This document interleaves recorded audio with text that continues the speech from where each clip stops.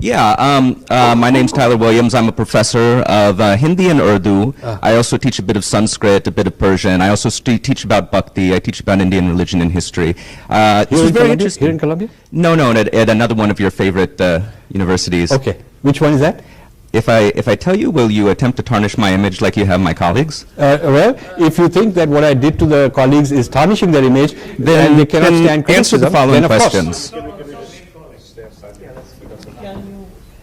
Yeah, I'll get to the question. See, this shows, but this itself shows Let me get the inability to take criticism. So if you say tarnish the image as an academician, you have to give evidence. So you should say this is a statement you made which constitutes tarnishing the image, and I'll give you a response. Either I didn't make it, or it was misquoted, or something worse was said about me, or I would say that this is legitimate criticism. So would you like to elaborate on that? Yes, I would. Sure, please tell me. My question is, actually, I'll keep it brief. Sure. My question is this. I appreciate the fact that these students have called you here today in the spirit of discussion, and I appreciate what you said earlier about the spirit of discussion. Now, I think the students who have come here tonight deserve to know, what is your real approach to creating discussion? Because as you said, you want to talk about areas which are not being discussed. However, the way you've done that is by positing two categories which are diametrically opposed, that of the insider and the outsider, which I find actually vitiates the classroom, because in my classroom I have Hindu students who teach me a lot, I have some non-Hindu students who teach me a lot, but the schema that you've given, that I'm an outsider, they are an insider, the white students are outsiders, white students are not outsiders. Also the idea that Dalits are outsiders to the Hindu community, I find extremely difficult. That is your propaganda. See, now what you're doing is you're demonstrating. No, but firstly you're not asking a question. My second question is... That was not a question. That was an allegation, but may I answer? So you have no answer to that. No, but I have an answer. You made an allegation and said you have no answer without giving me a chance, and I want to ask the second question. I can't wait to hear the proof of paksha. Okay, so the statement that I have created whites as outsiders is incorrect. You should read my book. I've defined very carefully. I have read your book. But then you have misread it, and you should learn reading skills. Because I've said very clearly. Just like you read. Yeah.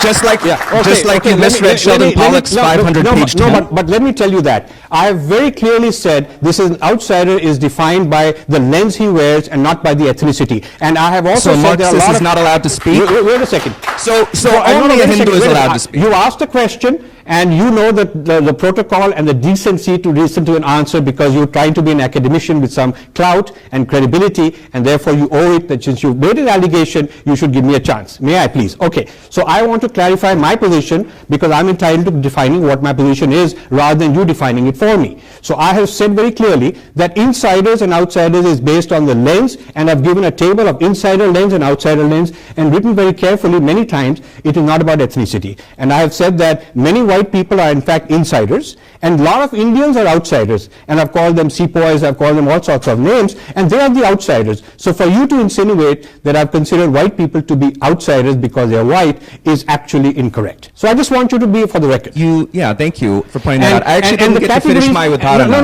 but it shows that you are more into the rumors or what people say, because you haven't really read, because this is written right in the introduction of my books. Okay, secondly, and how many people have read? Okay, so students have read more than you, the professor, because they have read the book, and you are claiming... I just said I read the book, and I've read your articles, and I've read your latest blog post about Sheldon Pollock, in which you attacked him viciously. But you read it wrong because you don't understand what I meant by insiders and outsiders. So that's one thing. Second thing, you're saying that this categorization of insiders and outsiders as a matter of principle is the wrong thing to do. In religious studies, we have something called emic and etic. I don't know if you're familiar with that. And we have the idea of insiders and outsiders. Did you invent that term? I might be familiar, considering I have a PhD in the subject. Maybe you're not familiar with this. Maybe you're not familiar with this, but maybe you are. But the category of insiders and outsiders is a well-known category in cultural studies. It's a category in when they're looking at different identities. This is not something I have invented. You can look at insiders and outsiders as seen by many different identity groups, many different culture groups in this country. So we can discuss this, but you should be accurate and not falsify. I'm very glad you're asking this right here on camera, because it gives me a chance to illustrate the amount of denigration unfair mischaracterization, and I'm so happy that we have a chance to talk. I'm glad too, because the way you mischaracterized Sheldon Pollock's work was Now really you've quite switched to- reprehensible. My other question, my No, now second you question switched to- is... now you switched to No, Sheldon my Pollock. second question is, what is your position in front of these students? What is your position on plagiarism, considering you got caught plagiarizing No, I didn't. major sections No, of wait a work of second. Andrew Wait a Nicholson, one second. of the same Okay. scholars Wait you a have second. Wait a second. critiqued? I've What given is an your answer. position I on have given an plagiarism? answer. You've asked a question. You've asked me 3 times. I'll give you my answer. I have challenged Nicholson to take me to court, which is what the law requires, and otherwise keep his mouth shut, or take me to an arbitration, and he has not accepted it. Okay, wait a second. You should listen to me.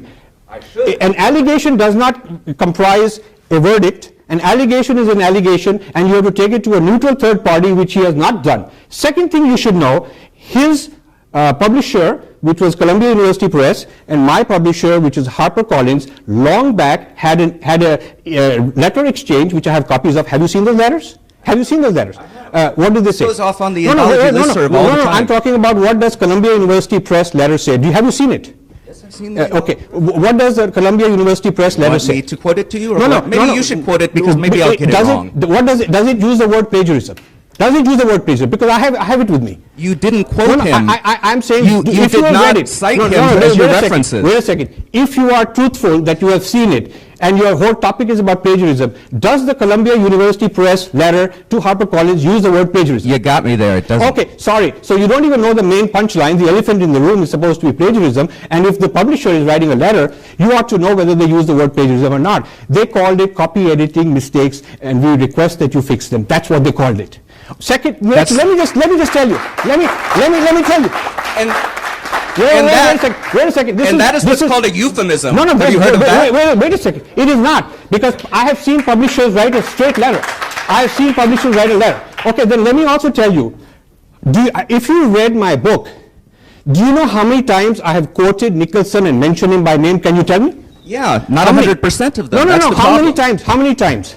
Geez, I don't go through your books with a pen Okay, and but note down the number of citations. If you are making such an allegation against somebody, then you ought to know. Well, it turns out. Say yes or no. Did you plagiarize or not? Let me give you the answer.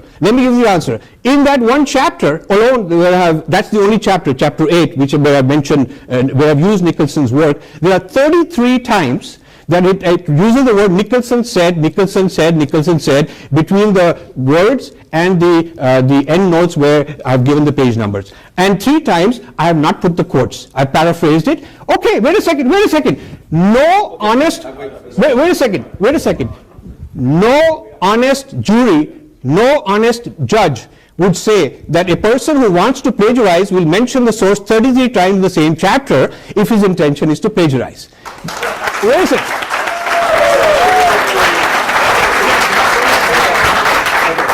So wait a second. No. Can you explain to these people what your connection is to the BJP? Why you?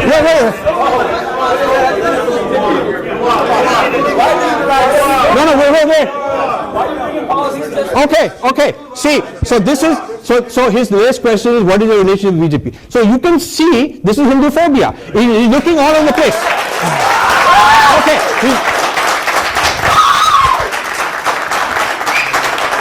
All right, so wait a second. Let me have the last word. He is ashamed to tell where he teaches, because I will do to him what I've done to his colleagues.